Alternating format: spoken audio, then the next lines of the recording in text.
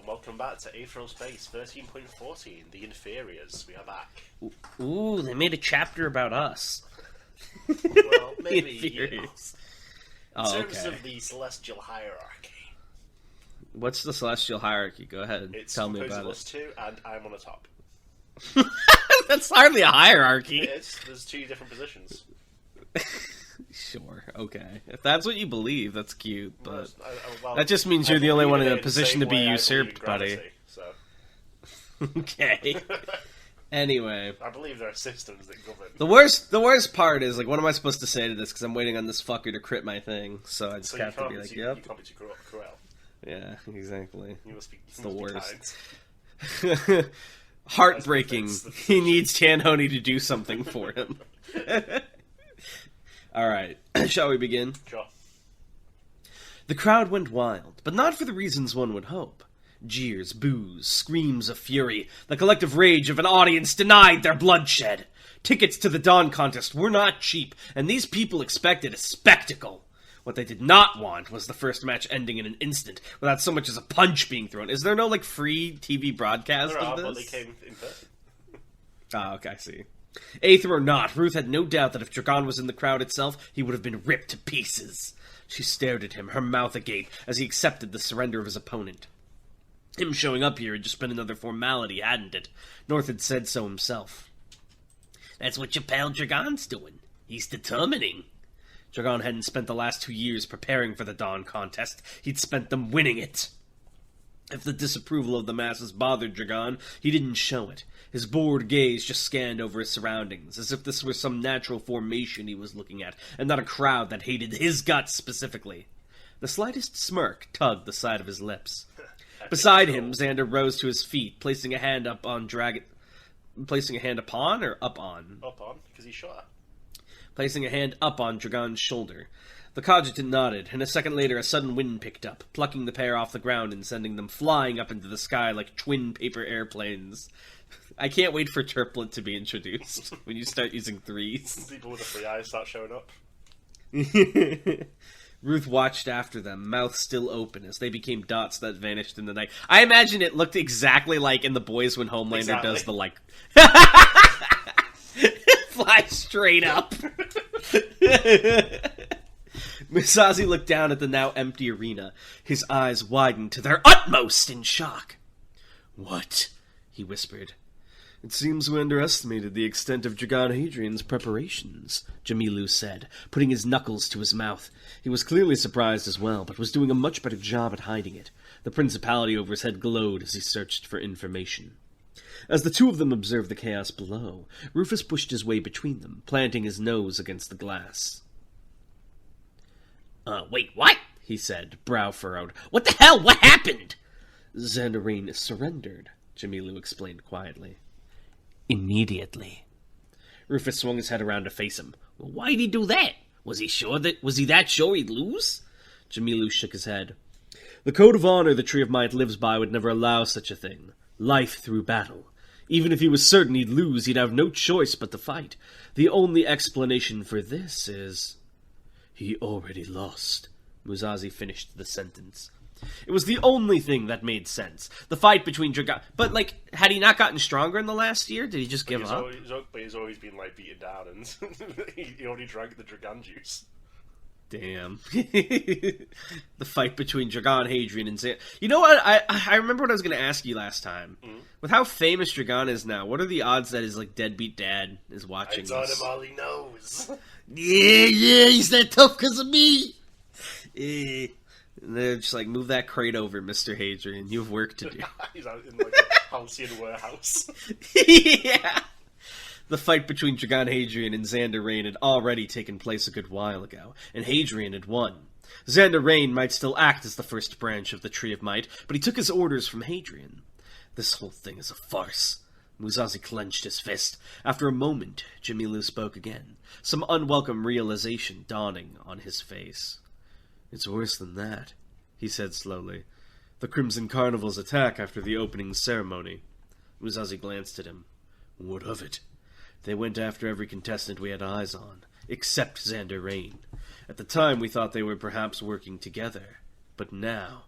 Another piece slotted into the loathsome puzzle. They're not working together, Musashi whispered. They're both working for Hadrian.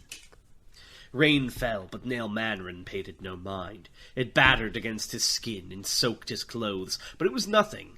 He had better things to do than worry about himself. He glanced up as his client arrived. They don't seem too happy with you, Nail muttered, his dripping fur coat hanging off his slouching frame, making him look like some kind of diseased animal. Is that okay? As Xander released his grip on Dragon's shoulder, he dropped down to the ground, landing atop the rooftop of the skyscraper they agreed to meet at. North already had an illusion projected in a sphere outside this place. To anyone looking in from the outside, they weren't even here. Can't be helped, Dragon said, adjusting his tie. They'll come around by the end of the contest. The rain adjusted its flow in midair to avoid landing on the cogitant, instead falling in a curtain around him. Nail's eyes flicked to the kid, Xander Rain or whatever his name was. Surprised you went along with it, he grumbled. Would have expected you to stab this guy in the back. Xander's turned red. I assume Xander's face. If that's what you expected of me, then you understand nothing of the Tree of Might. Lord Hadrian's superiority has already been established. If I were to surpass him with such petty tactics, I would disgrace only myself. Hadrian smiled. There you have it. Besides, if you expected something like that, you really should have warned me. Faced with Hadrian's intense, electric blue gaze, Nail didn't so much as blink. You hired me to kill people, he growled, and to surrender to you when the time comes. You pay extra if you want advice. How mercenary of you, Dragon said. He took a script out of his breast pocket and traced his finger across the screen, transferring the contents to Nail's device. Nail scowled as he fiddled with the cumbersome machine, his eyes scanning the display. A list of names scrolled before him. What's this? He grunted. As Dragon Hadrian blinked, lightning flashed in the distance far behind him. Your job, Mr. Mandarin, he said softly. It's exactly as you said. I pay you to kill people. This is fucked, because Dragon was fighting against Nail in Arc 5. So, like, how much has he fallen, truly? He would rely on his old enemies. Maybe he's just mentally insane. It wasn't like... It was nothing personnel at the time. Nothing personnel? Yeah. Nail was... I remember Nail being very personal. Yeah, but then he went about this Vermode. Then he lost his tomboy GF and he was like, I'm fucking off the planet. Just play me for real. If any, I would never recover. If anything, Dragon Hadrian suddenly leaving the arena of the Absolute only made the crowd more incensed. The shouting and screaming overpowered all else. Anyone could tell that a riot was imminent. The only thing that calmed the crowd, if only for a moment, was the voice of Brett Del Boros ringing out again. Come on now, folks! That first one might have been a dud, but the night's far from over. We've got round 2 ready and waiting to go for the true beginning of the taunt contest. There were a few scattered cheers. That's right, Brett roared, quickly picking up steam. It's time for the moment you've all been waiting for. Chicken Punk versus Paradise Karen! The cheering increased in fervor, just enough that it wasn't so sad. Then Del Boros' aide leaned into his ear. There was an awkward cough down the microphone. Oh no. What's happening? I've just been informed that Chicken Punk has surrendered. The crowd exploded. Fuck you. For this whole arc. I hate you. If you were Chicken Punk, would you not surrender? Why would he enter in the first place? He knew what he was going to be dealing with. Did he really think he was the strongest? With his chicken powers? Do you know how many fucking viewers Chicken Punk now has? Not after surrendering. Dude, he's gonna be, like, the most hated guy on social media. Do you remember when, like, Musk wouldn't box with Zuckerberg? Yeah. That's gonna be Chicken Punk now. It's bright, Mariloco grunted as he walked through the hallway, ignoring the gaggles of reporters on both sides. Their camera flashes were irritating, but not as much as the situation itself. He had been roused from his sleep to come to the arena a night early. Apparently, there had been some issue with the night's matches. Cowards surrendering or something like that. Now he would face his first adversary early to make up the time. Remember the information packet, the handler woman said, walking alongside him hurriedly, her heels clicking on the floor.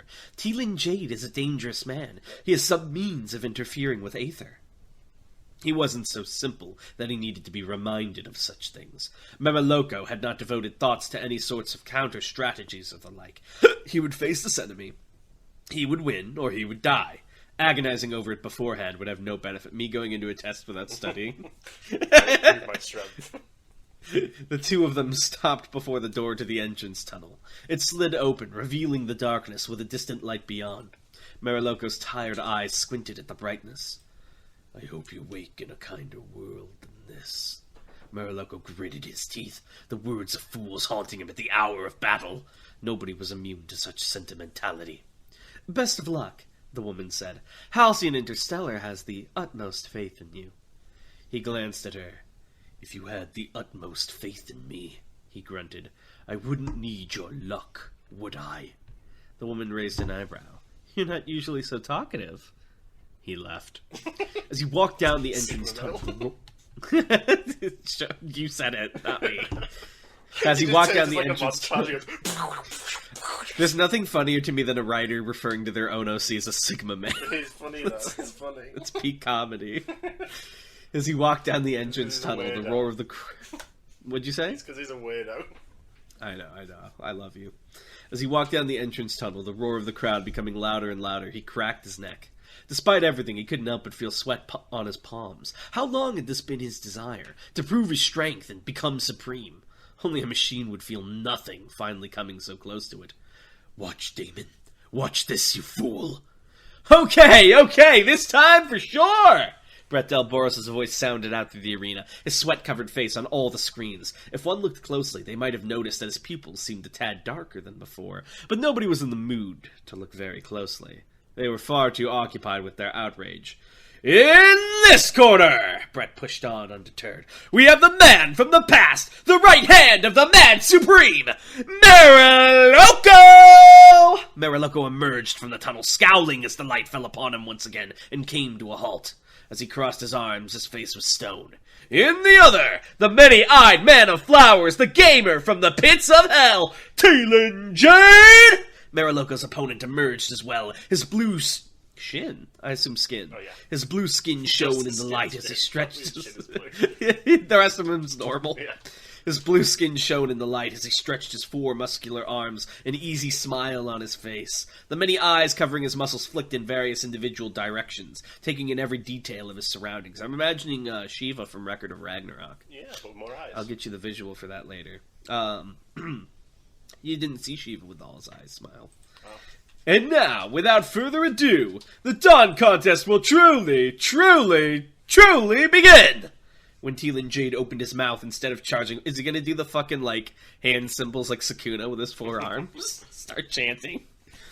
When Teelan Jade opened his mouth instead of charging forward, no doubt the crowd thought they were about to witness the third surrender in a row. Some even began to shout their fury in advance, but the words he spoke, amplified through the arena, were perhaps even more confusing. Let's make a game of this, he said, his voice resonant. The first to touch the other loses. Oui? Oh my god, French still exists in Aetheral Space?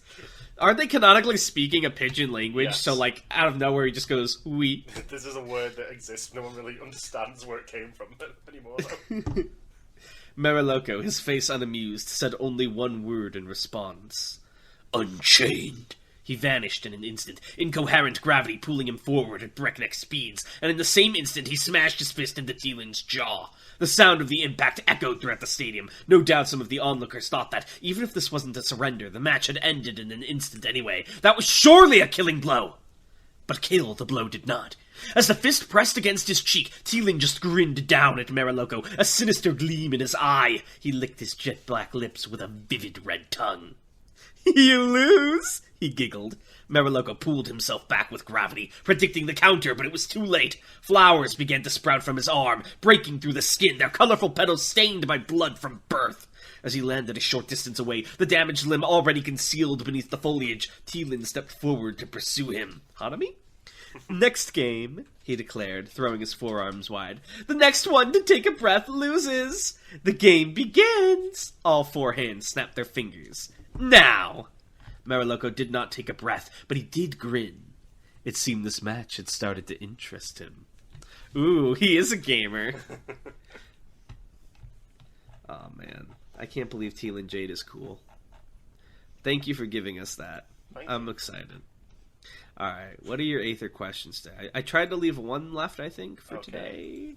Let me see what it is. What do they want from me? They said they want to kill you. They can't. Oh, Spit asks, how is Skirrent healthcare handled? Well, there's sort of common versus currents, which would have sort of...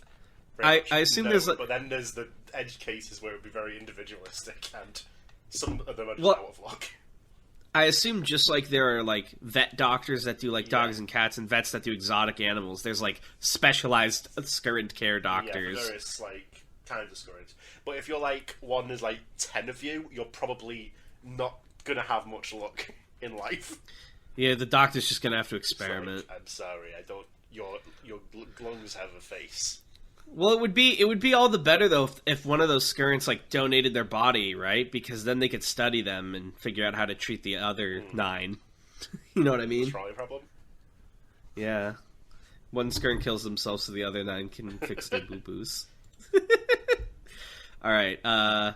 Yeah, I think that's everything then. Thank you guys for watching. Short one this time, but we'll see you next time. Bye.